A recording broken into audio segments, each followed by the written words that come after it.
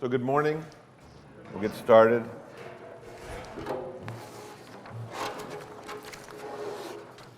Good morning. Our blessing, Baruch atah Adonai Eloheinu melech haolam, asher kitshanu b'mitzvotav v'tzivanu la'asok b'divrei Torah. Thank you for joining us to engage with texts of meaning and bring forth Torah. So last week we began chapter 29 and queued up chapters 30 and 31 in Genesis as we were exploring Jacob post receiving the birthright from his father Isaac in lieu of the brother Esau, and then setting out on his path both to escape his brother's wrath and under the instructions to procure a wife or go back to the old country, right, where our family is from, and find there an appropriate wife. I want to explore just a little bit more in this chapter, a few things that jumped out at me as I was reviewing it, but I also want to make sure that any questions that came from last week or thoughts you've had over the intervening week that we might share together. Are there other questions or thoughts or things? Please. The description of Leah's eyes. Yes. And I've seen all kinds of translations, like bleary-eyed, dull-eyed, delicate-eyed, angry-eyed. What's the Hebrew word or the connotation? All right, I need to look up the Hebrew word. I don't have the Hebrew text in front of me.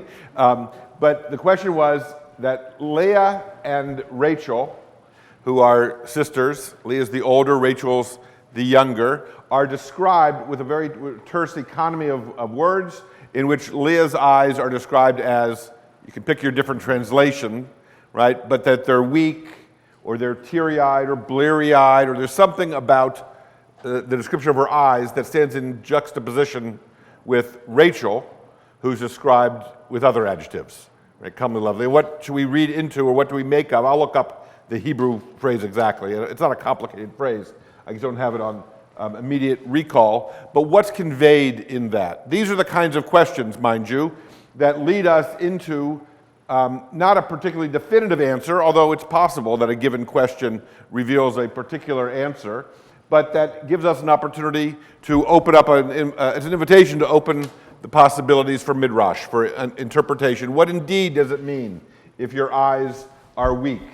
How do we compare that to when that was a characteristic that Isaac possessed, the older father, right, of Jacob and Esau, who wasn't able to distinguish one son from another, one quality of eyes. What do you make of it? What is it to describe Leah in the way? How does our translation say? Here it says lovely. Right, I think that's not a good translation. Right, she's Miss Congeniality. She has a nice personality.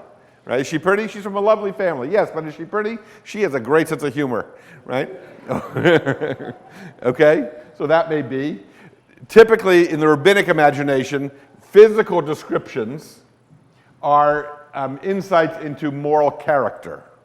The idea being that we shouldn't be seduced by the ephemera of physical beauty, or we shouldn't be distracted by imagining that because someone has one quality, they're physically attractive, that therefore they're also morally upright, or that because you have quality A, you necessarily have quality B. But there's something going on with regard to Leah, who, for her failing eyesight, at least participates with her father Laban in deceiving the groom Jacob.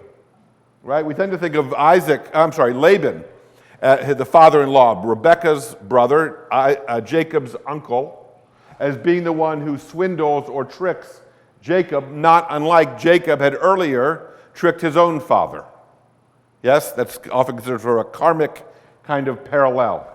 But we sort of elide or look past Leah's complicity in pulling this scam, essentially. It's not really a charade, right? It's an upright scam where we're going to substitute me in place of my sister whom you actually love or think you're marry. And so maybe the quality of eyesight with regard to Leah is an echo of Isaac. It gives plausible deniability, right? There's something called willful blindness, when we choose not to recognize what's right in front of us. Is that a kind of cleverness? Or is that a kind of sociopathy, right? Where we just choose not to be concerned with what's in front of us or what the impact of our thoughts are. So I don't have a definitive answer for you, but it's an invitation to consider how would we write the biographical sketch of Leah or of Rachel or Laban or Isaac. Let me ask as a primer for that type of thing. So in the story, Laban, the father of the two women, works with Leah, presumably, to trick Jacob into marrying her. Put yourself in Leah's shoes. Would you want to be married to the person that you tricked, who had to work 7 years to be married to you? He wanted to marry her younger sister, but she got substituted in place, and later he marries both of them. Would you want to be in the middle of that weird love triangle?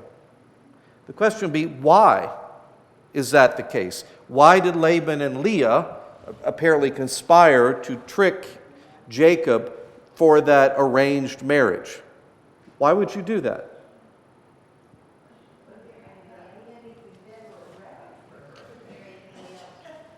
You can't marry anybody else. It's a small town, so you got slim pickings. And here comes this guy. It's like, did you see the car he drove in on? Oh, that guy's got some money. And he's from the right people. And he's pretty smart. You know, he's swindled his brother. This is a guy you want to hook your horse to because he's going to do well. It could be that. Just personal family gain. I'm going to marry her off to the right people because, you know, I get kickbacks. That's how the system works. Why else might you do that? She didn't like her sister. I got there first. However, she ends up being married to the same guy with her sister. They're sister wives. And he loves the younger, more beautiful one. And imagine what those dinner table conversations are like. Or imagine family vacation. I mean, how do you do the sleeping arrangements? You know, all those. That would just be a nightmare. Did Leah, the one with her father Laban, who arranged this scam, it's an outright scam, did she think through everything? Probably not. I mean, we're looking as the omniscient, reader in all this, of course. But did she imagine that the guy, he got me, so let's just go off and be a married couple? Could she have imagined, oh no, the guy will work another 7 years to marry the other one? 14 years. How much does he love her and how much does he not love me if he would do that? She could not, nor could the father, imagine that guy would put in that much work to marry the one he really wanted to. So then she's stuck, Dave. How much independence did the female have? How much independence? It's not none. They had some, but not much. How much independence did they have, in the two daughters specifically, in that culture? Could they have said, no, I don't want to marry him? Probably, in many cases, depending on the father. In some cases, no, you must do this. We'll do 1, 2. Yes. Please. An unmarried woman in those days was a great stigma, so that if you were married. Right. If you went too long unmarried. I mean, at 20, you're a spinster. Even if you're not married, if you don't love him, at least you're married and you don't have to worry about the stigma of being a spinster. Yeah. Jan had a point. No, she has no say at all. Okay. I don't think love had anything to do with it. Great, excellent point. Did love, like we conceive of romantic, oh my God, she's the most wonderful ever, he's so handsome and smart, did love have anything to do with it in the way we think about love? Her only status was through her husband. And so if she had a chance to get good, Her status is through her family, but not he's just the part of husband. Family, and he's the desired man, and if she has a chance to get in there and get him, yeah, she's going to do that. Yeah, I agree with you. But here's what's weirder. Who did Jacob love? It's suggested by the text, is it not, that this is more of what we think of as romantic love. The other one, the younger one, Rachel. So it appears that the scam has nothing to do with the romance. It has everything to do about the future and a good living and money. And do people still get married for those reasons today? At least money, yes. Or I'm tired of looking, or I have one friend who's been divorced recently and he's close to my age. Everybody that's out there is crazy that's left. Like, okay. And so he said, where are you going to find anybody? And I said, have you tried this, or this? Well, no. If you go to the same bar every 2 weeks, it is going to be slim. But broaden it out. And so there's also just a lack of viable candidates. It's partly about money or family security in the future. Few people might have this idea of love, which apparently Jacob and Rachel had. Jacob and Rachel.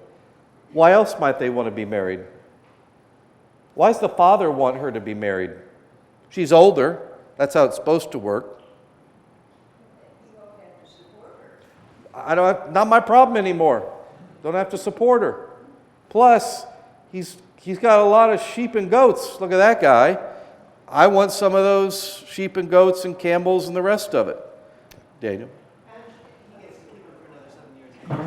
And he gets to keep Jacob in the scam for another 7 years of work. How much was Jacob paid for his 14 years worth of work, according to the story? Two women, I guess. Yeah, fair point. 2 women, but like wages. Did he even get walking around or gas money?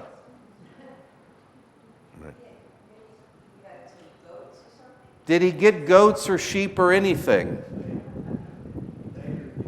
Later, he earned it kind of on the side. So he got the father, Laban, at least, if nothing else, in this marriage business arrangement deal, got 14 years of excellent labor from somebody who really knew how to manage livestock. That's what he got out of the deal. So, and you don't have to bear the responsibility of your daughters anymore. That win, as far as Laban is concerned. How did Rachel make out? The younger, beloved daughter, wife.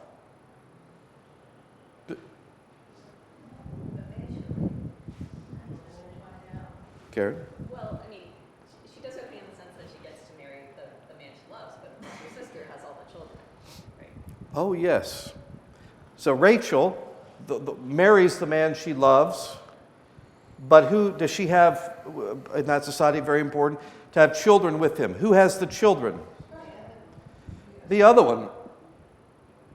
And this would be Midrash. What Midrash is about the children that Leah, the older, has that Rachel does not have? Well, that is very easy for me to imagine. Oh my God, it's so hard to have 4 beautiful, wonderful children. Oh, you don't have any? Yeah, sorry about that. Look how cute they are. Oh, he walked today. Oh, he said his first words, Mom. And that you'd have to live with that because family, sisters or brothers are never mean to each other. They never say the worst possible thing. Oh, you don't have kids? I have 4. That's what's going on, most likely, in that story. What other questions, thoughts, before we keep moving? We have a couple over here. Yes. Well, you asked about Leah's motivation, but she could have been thinking, he'll like me once he gets to know me. And it wouldn't be the first time. He'll like me once he gets to know me. Or maybe after I have 1 child. Okay, maybe 2. She basically seems to think that. So do you remember the song Do You Love Me from Fiddler on the Roof, where Golda asks Tevye if he loves her, right? Because their daughters are meeting different gentlemen, as it were, and they're speaking of love in a way that her parents never imagined love. And so, do you love me? And the answer is, do you remember the answer? Go ahead. I suppose I do. I suppose I do. For 25 years, I've slept next to you, I've done your laundry, I've prepared your meals for 25 years. I suppose I do. Right? That's the answer. Correct. Right? I'm also reminded of in Eric Fromm's book, The Art of Loving. He goes through a bit of history about marriage, such that we think of marriage today as between two partners who love each other. And they choose one another, and that's the way marriage in the 21st century, the 20th century, at least in the wonders of America, are such. Quite different if you're married off by your parents, or quite different if you're trying to merge empires or consolidate economic power, or all the other dynamics that come into or through a marriage. And so we just want to be careful about projecting too much of our own culturally determined notions. We'll give another example of that. Was there a question here? No. Yeah, please. So the reference of like 7 years and then calling it a week, right? Like obviously there's tie-ins to God creating the world in 7 days. Yes. His building the foundation for their future together over 7 years. Is there anything more to it than that, or is it? In rereading it, I think that's right. Jacob works 7 years and then merits the marriage. He's given Leah as his bride, and then it references wait a week, which is to say the first week of marriage. And it seems that at the end of that week, he's then provided with Rachel, for whom he now owes 7 more years. That's how I read it. As opposed to, having worked 7 years, you now marry Leah. You've intended to marry Rachel. Well, work another 7 years, and then she'll be given to you. It seems instead that wait the week, which I mentioned last time in traditional Jewish communities, is still, we may rush off to the honeymoon. You're married Saturday night, you have a brunch with everybody on Sunday, and either by Sunday evening or Monday morning, you're on a flight somewhere to go on a honeymoon. Traditionally, that first week is when you share your company with your community, and they celebrate you each evening with meals and what have you, and perhaps that was the tradition. Following which, you get to marry the sister. We should just note that by the time Leviticus comes around, that is to say, these early Genesis stories being part of an earlier oral tradition than the legal material that shows up in Leviticus, we then have a law that, it's not the only time in Leviticus we have something that contravenes an earlier experience in Genesis, but we have a law that you can't marry a sister of your wife in your wife's lifetime. That is to say, if you're going to marry a sister of your wife, well, your wife has to pass away before the sister is eligible to you, or before that marriage can be made. Right? We have other examples of Abraham and Sarah provide basically milk and meat to their guests when the 3 visitors come. And later in Leviticus, we're going to learn that according to Jewish tradition, milk and meat are to be separated. Right? Similarly, we have in the first story of Genesis, the 6-day creation story with God resting on the 7th, which makes for the Sabbath day. And yet no one in the rest of the book of Genesis, beyond that Genesis narrative in chapter 1, no one else in the story of Genesis, certainly not Jacob or Esau or Isaac or Rebekah or any of these folks, know anything about a 7th-day Sabbath observance. It just doesn't show up in their travels, in their journeys, in their interactions with each other. That seems to be later, which makes it a bit anachronistic. Right?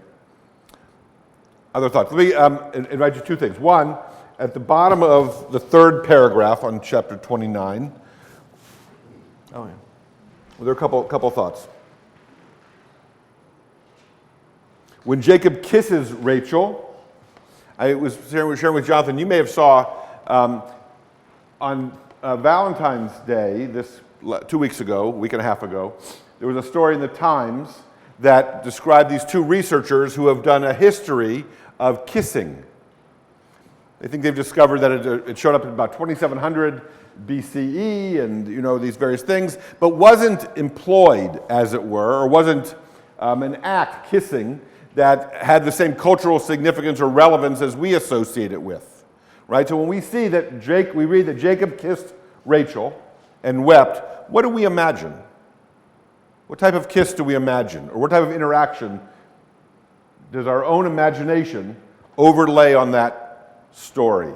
What kind of kiss? Or what's embodied in that kiss? Right? In the history that, if you Google New York Times kiss, you'll find this article. It's actually pretty interesting. It's not terribly deep, but it's rather interesting, where they describe there are parental familial kisses, Okay. There's also kisses where you kiss someone's ring or someone's hand in greeting or to show deference and honor. And then we think of amorous kissing or romantic or sexualized kissing, but that seems not to have been part of that ancient history. In fact, they describe it as rather than being foreplay kissing, it was afterwards or different notions. You didn't do that in public in any case in certain societies because it was considered of ill repute or not appropriate. What do we read when we read this story? And we see that Jacob kissed Rachel. If you were going to write the Midrash or if you were going to understand it, did he steal a kiss? Was it like we were discussing the FIFA coach in France or Spain who kissed a player, right? Denied her that agency, or it feels creepy, or it feels like it falls into a sexual harassment domain in terms of how we think. Whereas we were describing if you meet someone from a European culture where they kiss you on both cheeks, right? Or there's just a different understanding of what that is about. Jonathon was describing two basketball players. One compliments the other by slapping him on the backside after making a good shot. Well, if you did that to anybody else in a public space, that would be a very different kind of physical touch, right? It would be received differently, it would be understood differently, you might lose your job or your station in society if that's a liberty you took. But culturally on the basketball field, a court, or the football field, it means something different.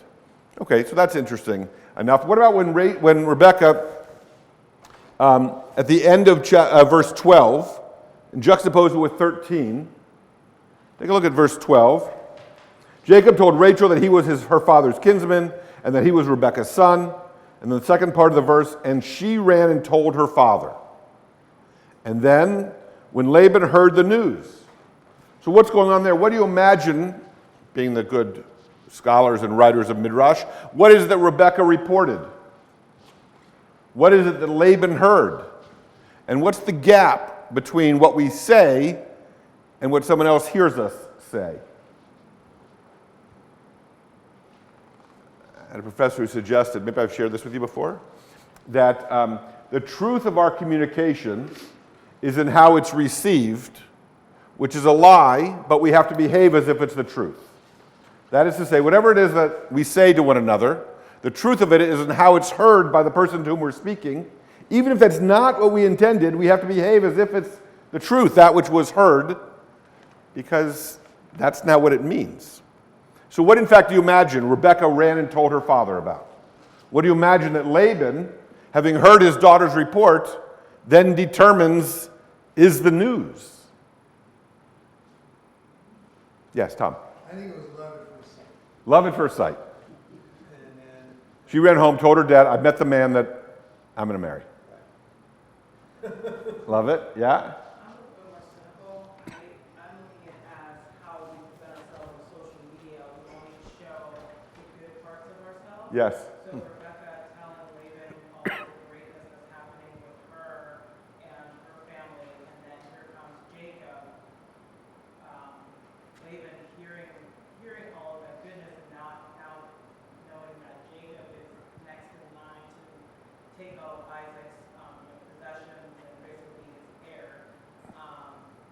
That's why he's pushing off Leah, because the tradition is for the eldest to be married, not the youngest. So he's probably like kissing his cash cow, basically. Uh-huh. Yeah, so that's the way I see it. All right, so let me see if I got it. So Tom is suggesting that it was love at first sight. That Rebekah ran home, told her dad, I met the man I'm going to marry. I'm in love. Dan is suggesting that she's a little more cynical with regard to what actually transpired. She went home and told her father whatever it is that she told him, but Laban understood that this is my wealthy nephew. Or this is the nephew. We didn't expect him to have the birthright, but in point of fact, he's the one who now needs to be married off. It reminds me, apropos the question about her eyes, that one, Leah's weak eyes or her bleary eyes, there's a midrash which suggests that Leah and Rachel, much like Esau and Jacob, are a firstborn, secondborn, these two siblings, and they know of each other, and Leah, aware that she's going to be married off, in all likelihood, to the older cousin, learns about Esau, and the reports are not good. And she cries and cries that her future husband is the nephew, or the cousin rather, that of the two, you wouldn't want that one. And so she anticipates that. Whereas Rachel, when she meets Jacob, not only is he the second one, as is she, so he's the one who she imagines is designated for her, but what's this? Not only is he the second one, the appropriate one, but it turns out he actually is the one that carries forth the family inheritance.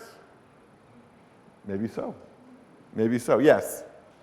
There seems to be a real irony in all of it. Okay. Because Jacob gets to be what he has, is what he has, what he will be, by deceiving, Isaac through deceit. Yes. Yet he himself, at least to me, seems like he was very easily deceived. Correct. And it just seems like there's a real irony in that to me, and I'm not sure what is Would you repeat that? supposed to be behind that, or what we should come away with, but All right, so it's been pointed out the irony that Jacob participated in a deception on his father Isaac, and then Jacob himself is easily deceived. Usually, sort of the big shapes are that it's sort of a cosmic karma idea, right? Sort of, Jacob, you dealt deceitfully, and so now it's going to be done to you, right? The ease with which it's done, or how cavalierly, or it gets pulled off, is curious, right? But absolutely. and also that, for Leah and for Laban, what does he think? Because he was thinking for Jacob as far to get away with what he did, but it's kind of really dumb to be fooled like he was, You just send in the wrong girl, and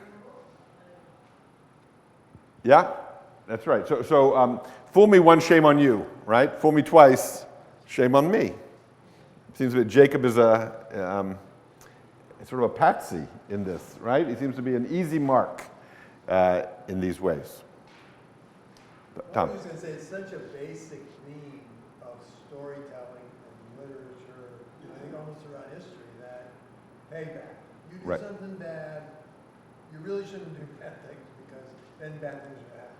Yes. And you see it in all kinds of stories. I would think about the show Curb Your Enthusiasm. Right. Larry David. It's a basic theme of that show, is Larry does some really bad thing. Right. And then he gets, by the end of the episode, something really bad has happened to him. Right. So Tom's pointing out that jumping off from Curb Your Enthusiasm, the new season, or the final season of which was released only a couple weeks ago, right, has a lot in common with tropes of literature throughout ages, wherein what you do here, or how you behave, how you comport yourself, if you're a cheat, you're a swindler, you're a deceiver, there's going to be payback on the other side, right? That's actually built out of what we call Deuteronomistic theology, the idea that Deuteronomistic theology means basically you reap what you sow, that there are cause and effect.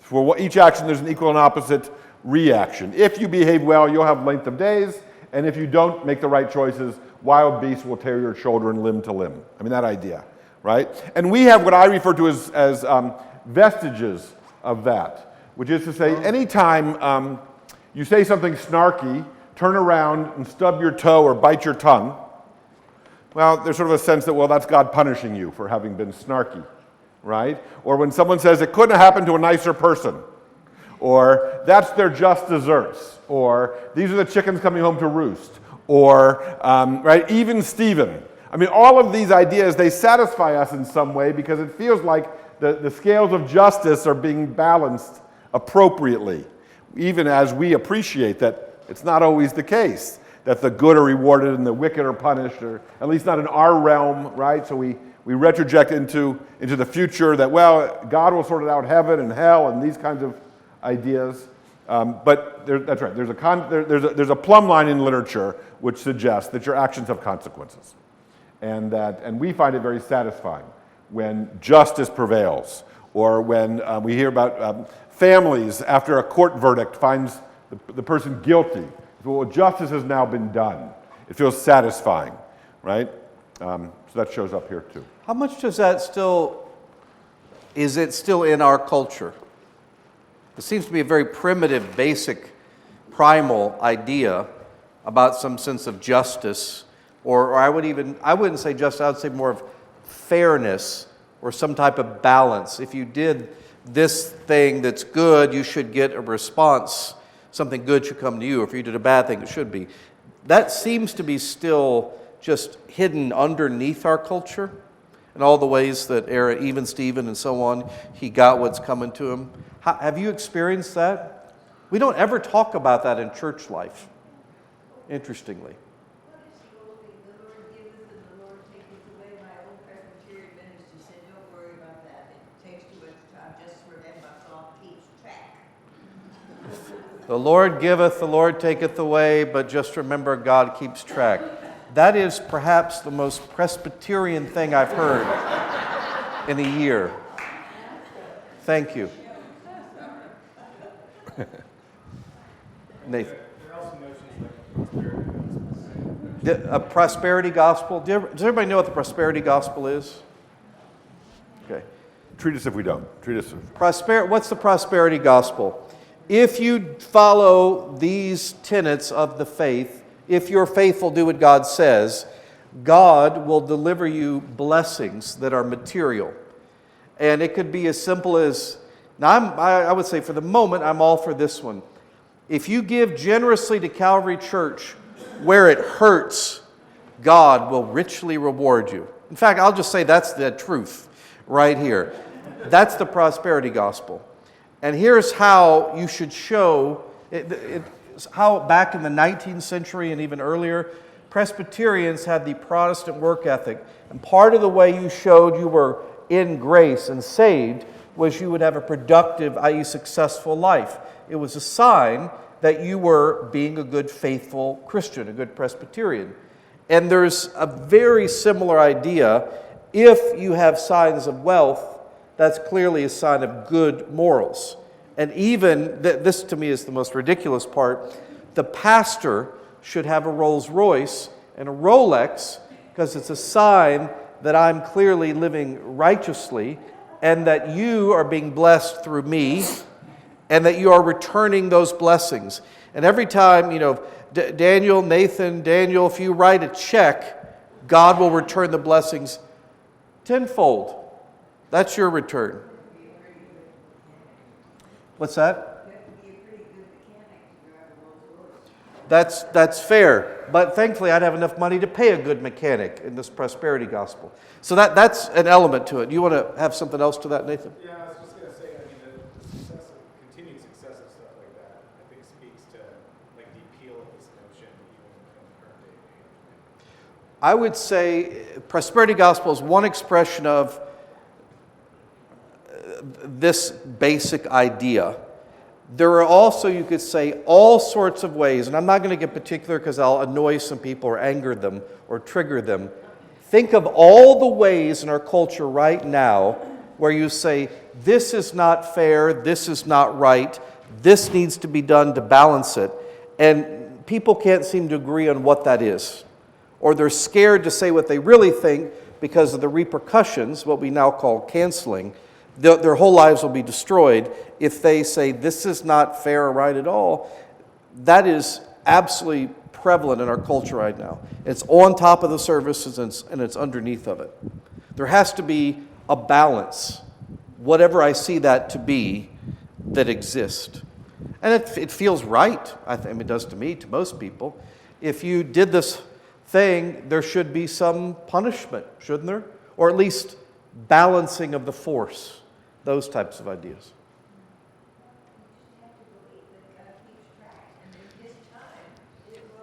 So, great point. Does God keep track? So, all the good and the bad things. God has a big green visor cap and a big old ledger. Is that idea within Judaism? Well, that caricature is, right? Caricature. That everything we do is recorded. Right?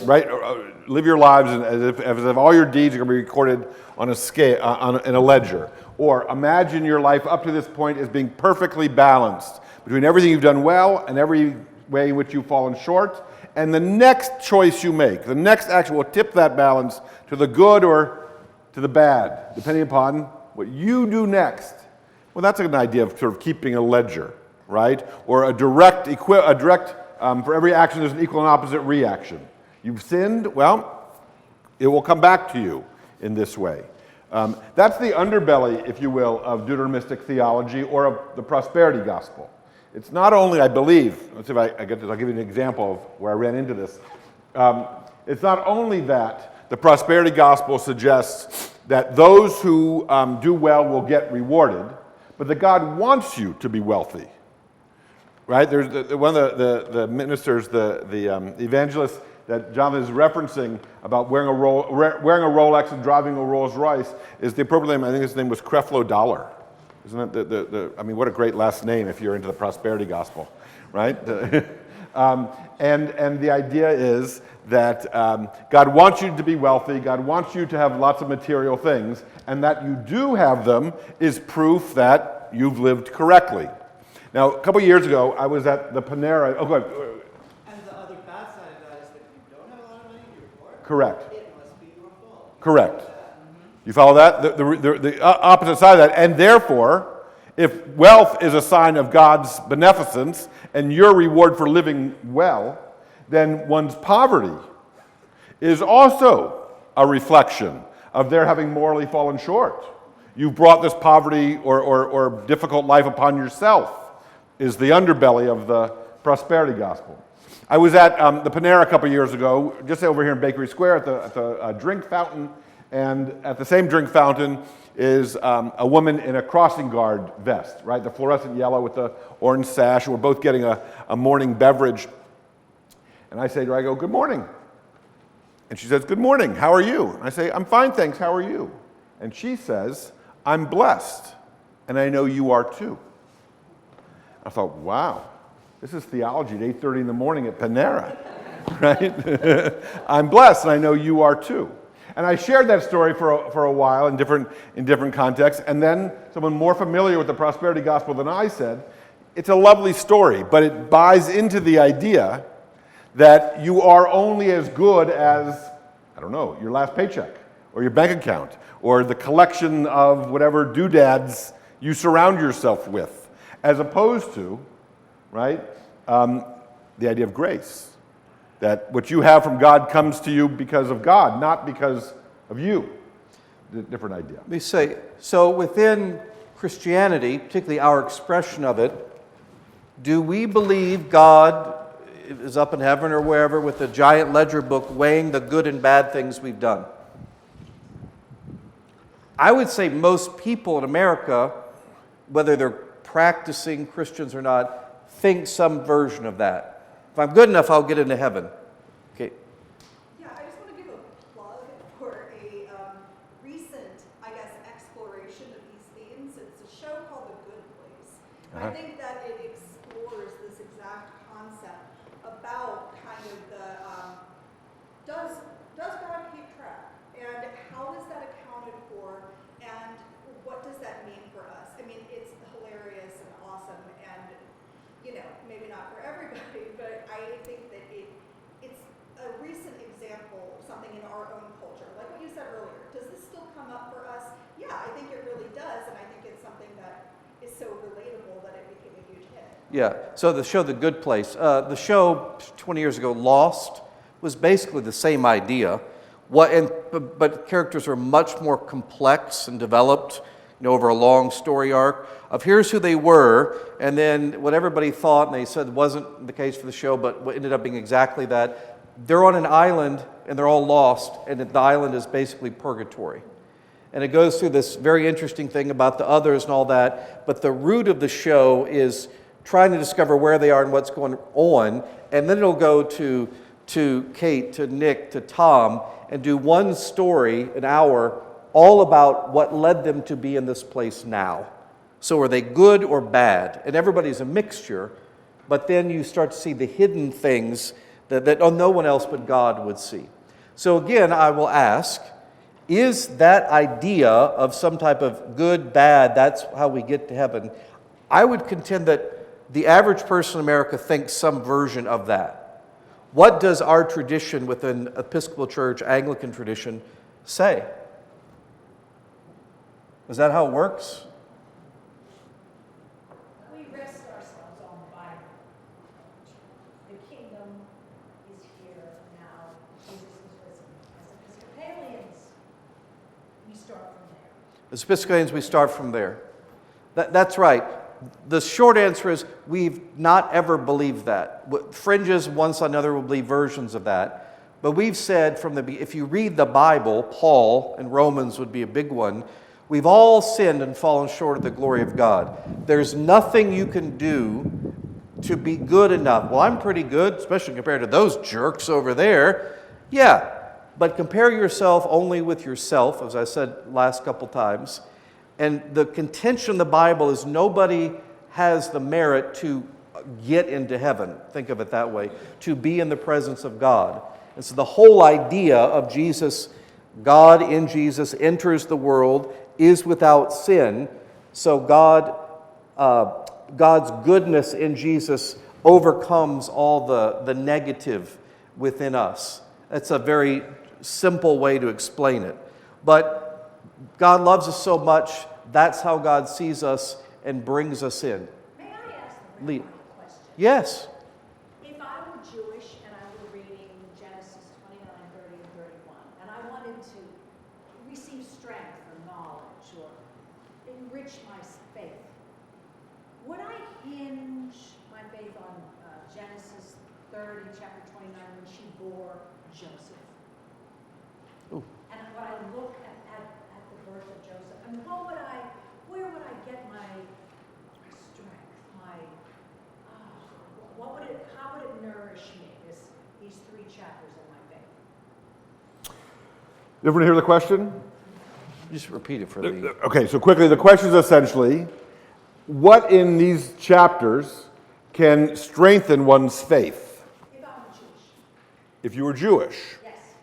So, in looking up a number of midrash, plural, about this, much is written about this encounter at the well and the idea that God is moving behind the scenes, or that when you least expect God to provide, there it'll be, right? Those kinds of ideas, that the way in which they greet each other bespeak a sense of possibility, that the story is taking place all around us.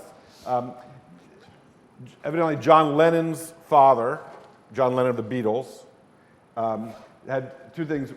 One was he famously suggested to his son John Lennon that the guitar is a fine instrument, son, but you'll never make a living at it. Right? That was John Lennon's father. The other was the idea that life's what happens while we're making other plans. We go about our life, or our plans, and there's a story that's taking place of which we're a part that we may not be at all aware. That's where I would begin to. Now, that might not be the first chapter that I would point to if you were flagging in faith and you were looking to the Bible for your faith to be revivified. But that's what's drawn from here. Or we can play with this. If you look at, let me get my glasses, in chapter 29, verse 2 and 3, I'm describing the stone on the well's mouth, right? It appears in verse 2 and 3. The stone on the well's mouth was large. The shepherds would roll the stone from the mouth of the well. It feels to me, as I read that it takes more than one shepherd to move the stone. It doesn't have to be read that way. It could be that any given shepherd, but we speak of them all collectively, could move the stone. I tend to read it, particularly when juxtaposed with verse 10, where Jacob went up and rolled the stone from the well's mouth. Jacob does it by himself in verse 10, in contrast with verse 2 and 3, wherein it seems to imply that this is a work of a couple of people. And if you remember Jonathan's, wasn't quite a pantomime because there was an audible grunt as he feigned sort of moving this big boulder, right? It was the piano, actually. It was the piano, right? But perhaps there's something in there that when the Spirit moves us, or when we need to have the strength to do something, whatever, whether it's physical strength, emotional strength, that God will be there for us. I mean, if your question were a challenge to me to write the sermon using this story that will give someone whose faith or strength or resolve is flagging, the koach, that's the Hebrew, the strengthening that they need, that might be how I would think to approach it. How would you as a Christian, or how would anybody here as a Christian, draw inspiration, hope from this story? Because it's our Bible too.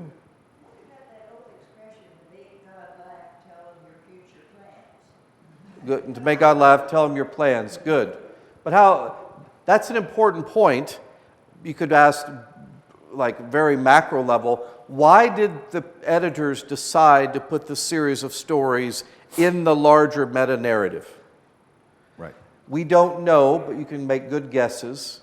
How have people in the past as Jews, how have people in the past as Christians derived meaning from this story? Remember, think of it as the whole people of Israel's story, and these are the patriarchs and matriarchs, and when there's transition time, and I'll be honest, talking about stealing a birthright in Jacob's ladder is more interesting than arranged marriages and rolling a rock off a well. That's how we group the three together. But there's that, everything's not like, wow, this is amazing, because that's not how life is. It's not how the journey is. But how have Christians or Jews derived meaning from this story? If I had to preach a sermon, that's how I often, basically that's what Midrash is. If I had to preach a sermon with like 2 minutes of preparation, I'm about to go do that for the children. How do I put it at a kid's level? Jesus says, take up your cross and follow me.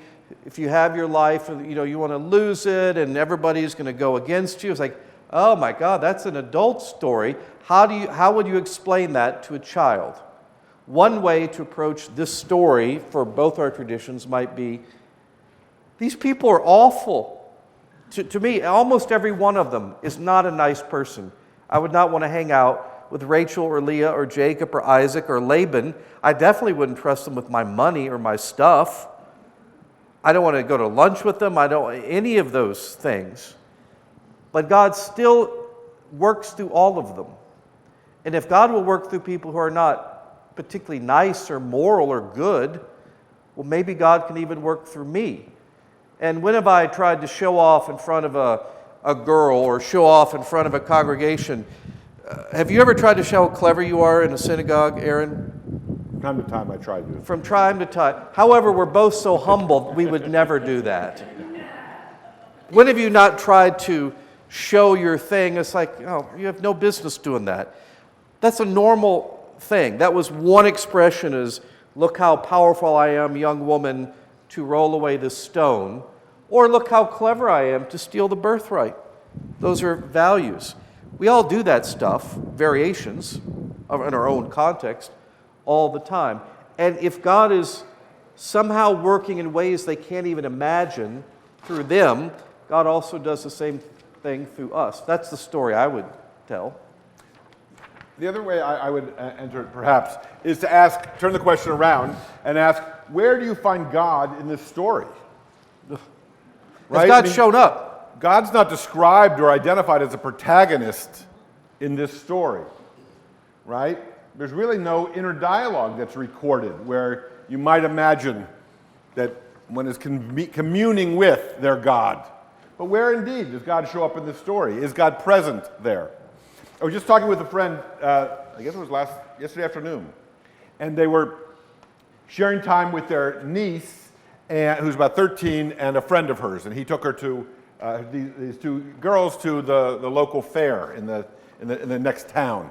And there are all kinds of, it's like being at Forbes and Murray, and all the shops are open, and everyone's sort of strolling around in and out of these shops as the neighborhood has this celebration. And the friend was remarking how much they're enjoying this evening, even though these two teenage girls are off running, doing their own thing, but every once in a while they get a text or they see him from afar and they wave, and he's very gratified. He says, these moments are really few and far between, these opportunities to commune with your teenager or to be appreciated by a younger family member. I said, maybe they're few and far between, and maybe they're all the time. Right? It just depends on whether you're looking for it or whether you're aware of it. Right? Sort of like God is everywhere, perhaps, but I prefer to say that God is anywhere. Right? It takes a recognition of. Right? And so where does God show up in the story? Or where does God show up in your life? Right? Where's that invitation? Or what does that mean? That seems to me that's at play here. We're going back and reading into it. Well, is it any coincidence that Jacob and Rachel show up at the well at the exact same moment? That's how such stories are written. Maybe there are coincidences, and maybe there isn't. Right? I'll leave you with one final phrase. A mutual friend that Jonathon and I share, described recently, he recently received a cancer diagnosis, and he's fighting that, and he's working hard on those issues. But he has a phrase where he says, every once in a while, Rabbi, he says, God winks at me. I thought, isn't that a beautiful phrase? Every once in a while, he's mindful that God winks at him. Maybe it's a coincidence. Maybe it's a good omen. Maybe it's, I don't know. You were thinking of someone and the phone rings and it's they, right? Whatever it might be. I thought that's a really lovely way to go through life, to go through a day, looking for those opportunities to recognize, or if you will, I love this, to recognize what's right in front of us. Good. Thank you all very much. Good. Well done. Thanks.